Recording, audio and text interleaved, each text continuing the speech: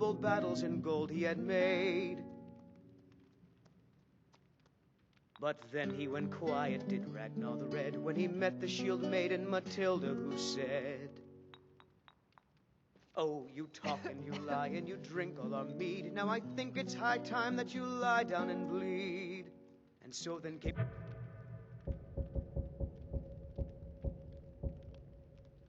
bashing and slashing of steel as the brave lass Matilda charged in full of zeal. And the braggart named Ragnar was boastful no more when his ugly red head rolled around on the floor.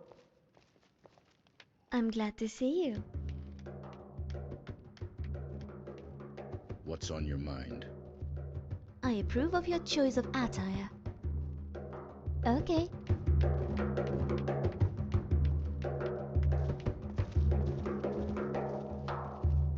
What can Kodosho do for you? I have more questions regarding your philosophy. Then I implore you to ask them.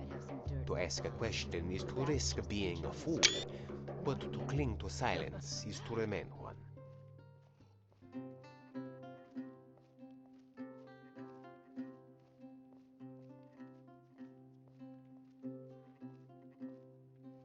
Is it possible that some Daedra can be categorized as evil?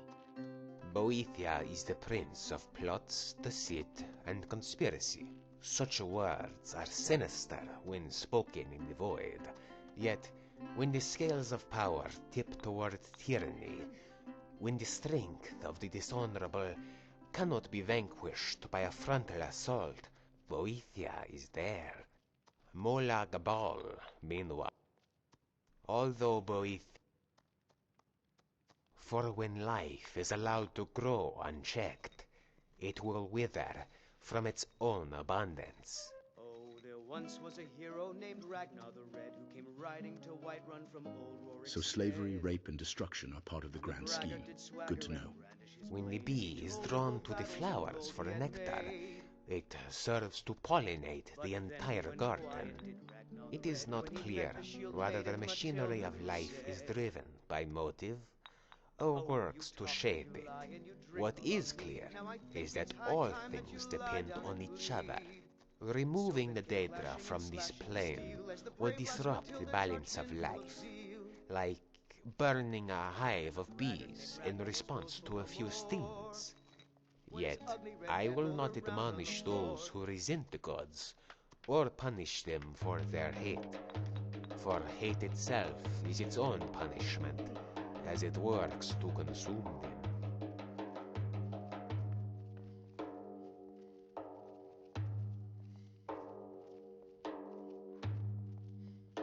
Tell me a parable, monk.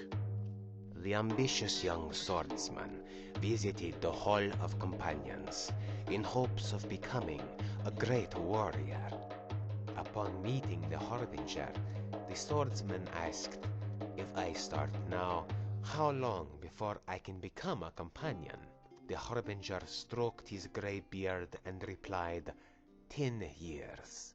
The swordsman could not wait that long. "What if I trained every day?" he asked. 5 years, then, the Harbinger replied. To that, the swordsman inquired, "Well, what if I train day and night?" 20 years, then, the Harbinger said, his face stretching into a yawn. "That makes no sense," the swordsman answered. The Harbinger looked him in the eye and cracked a wry smile. "Oh, it makes sense," he said, "for you see, those who hurry are slow to learn." Moons guide us. Is just about done. We'll drive out the storm cloaks and restore what Wait. we own. Rusty iron, but never tired. Beasts, beer, and blood. It's an adventurous life for me. Down with Ulfric, the killer of kings. On the day of your death, we will drink and we'll sing. We're the children of Skyrim, and we fight all our lives. And when Sovngarde beckons, every one of us dies.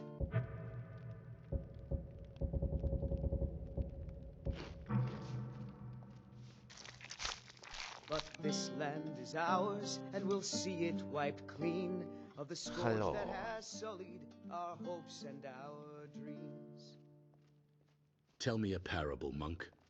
An adventurer treads through a cave when he is attacked by trolls. He runs towards a ledge and attempts to descend down a vine of hanging moss. It is then that he discovers a pack of wolves at the bottom, waiting hungrily for his arrival. Only the moss sustains him. If he waits, he knows that help may arrive. The cave is frequented by warriors and adventurers alike. It is then that he notices the dagger lodged in the rock beside of him. It is just beyond his reach, but he thinks he can lunge for it if he lets go of the moss. Moons guide us.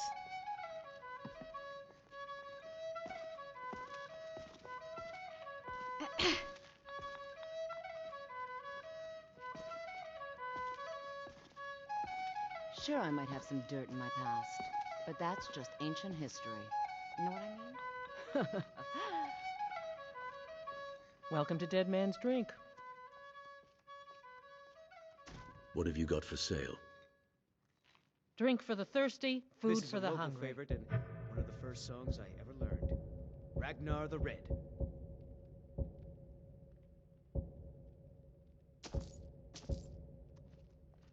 You hear any juicy gossip in town? Be sure to share it with me. Oh, there once was a I'm right hero behind you. named Ragnar the Red who came riding to Whiterun from old Rorikstead. And the braggart did Sure, my stagger friend. and brandish his blade as he told of bold battles and gold he had made. But then he went quiet, did Ragnar Ironic the for a Red, when he Bosmer to met cut the trees shield for a maiden living, right? Matilda, The who truth is, said, I wanted to stay in Riverwood, and the "Oh, mill was the you only talk place and that had a you job lie for and you me. drink all of I'm not me. too Now averse to the think notion it's of high cutting time that you trees. lie down It's and not like I grew up with the bleed." spinners or And believe so in they came Yffrey or clashing and whatnot. slashing of steel as the brave lass Matilda Lead on. charged in full of zeal. And the braggart named Ragnar was boastful no more when his ugly At red your head rolled service. around on the floor. What's on your mind? We drink to Food. our youth, to days come and gone. Okay. For the age of aggression is just about We've done. stopped. What's wrong? We'll drive out the storm, Tell me folks, more and about yourself. restore what we own. I ain't much to tell. Blood I and our tried being a steel soldier we for the will Empire take back until I realized that I our hate home. taking orders. Down with Ulfric, the killer of kings, on the day of your death.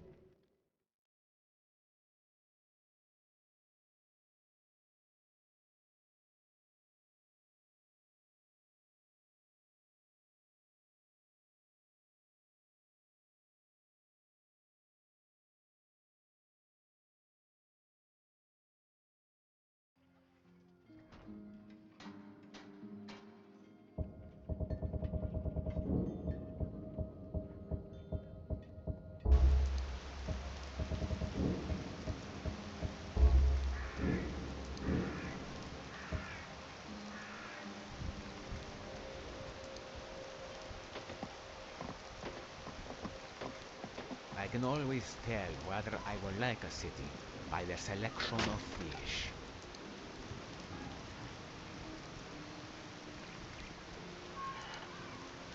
If there's one thing I value, it ain't a good beer or a good cheer. Although I could always do with more thought.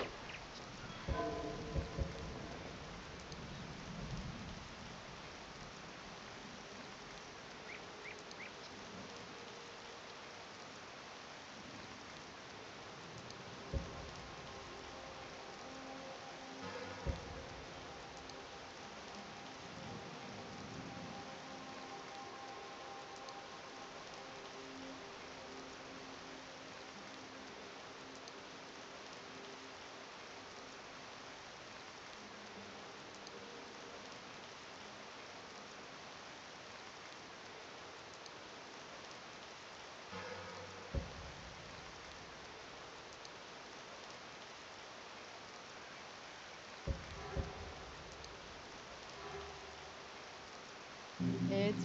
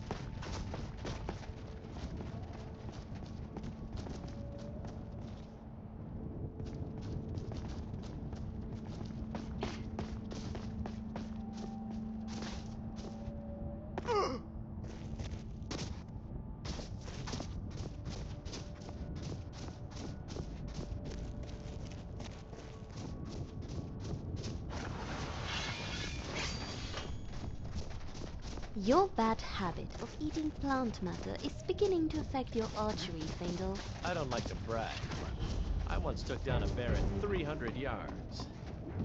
Get him!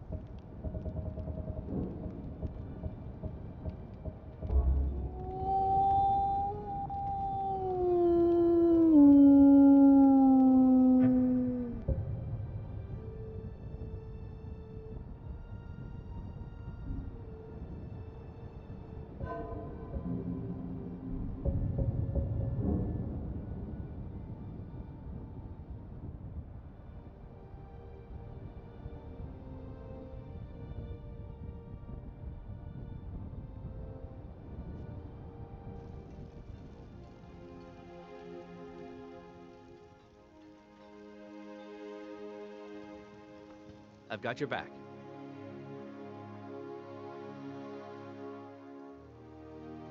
Sure, my friend.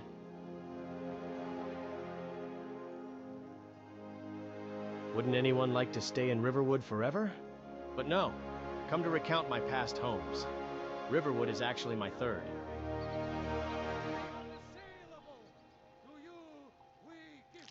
Yeah, I spent a good deal of my childhood in my ancestral homeland, Valenwood.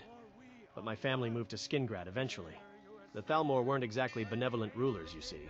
Not that the Emperor was a saint, but at least he didn't confiscate the wealth of anyone he disliked. At least back when we moved.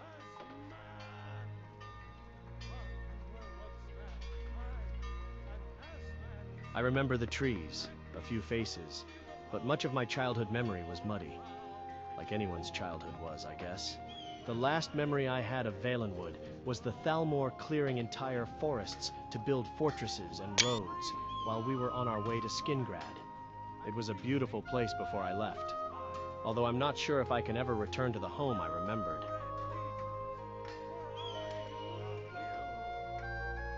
Well, it was the closest place to Valenwood that wasn't owned by the Thalmor.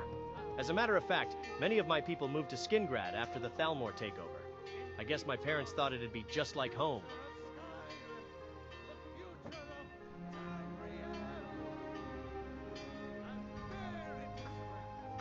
It might almost seem ridiculous to you, but it's just a matter of money. After the Great War, there began outrageous taxes in Cyrodiil.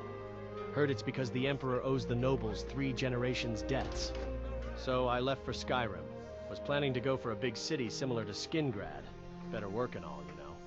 But when I passed through Riverwood, I was immediately reminded of Valenwood, of home, and its beauty. It's where I wanted to stay, for good this time.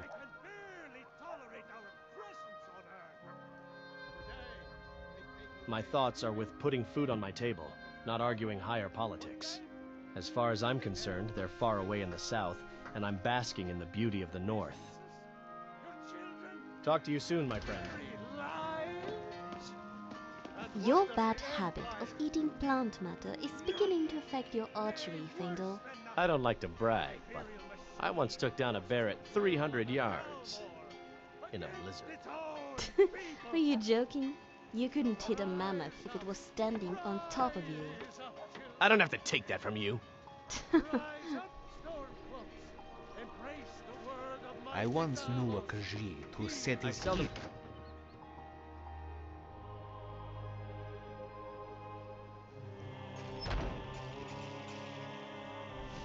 What can Kodojo do for you?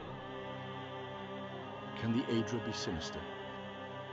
The Aedra are thought to be callous because they are indifferent, too often leaving.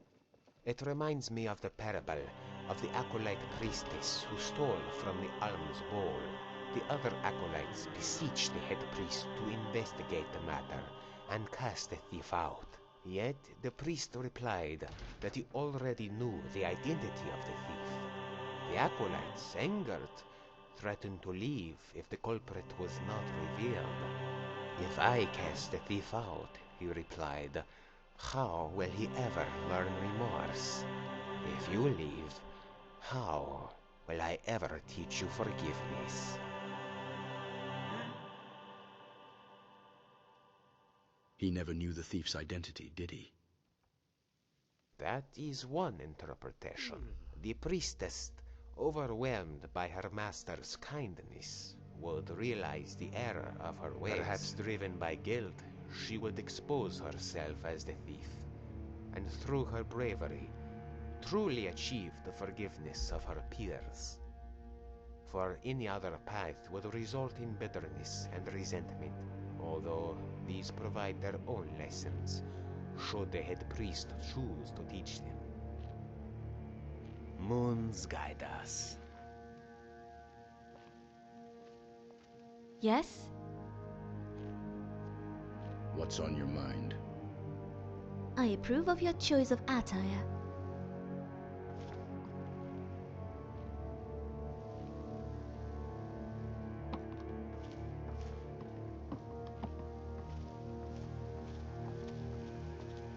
Skjor says that I have the strength of Ysgramor, I've and my taken care of brother the has problem. his smarts.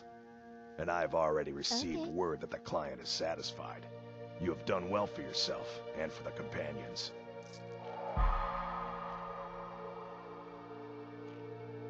Mm-hmm.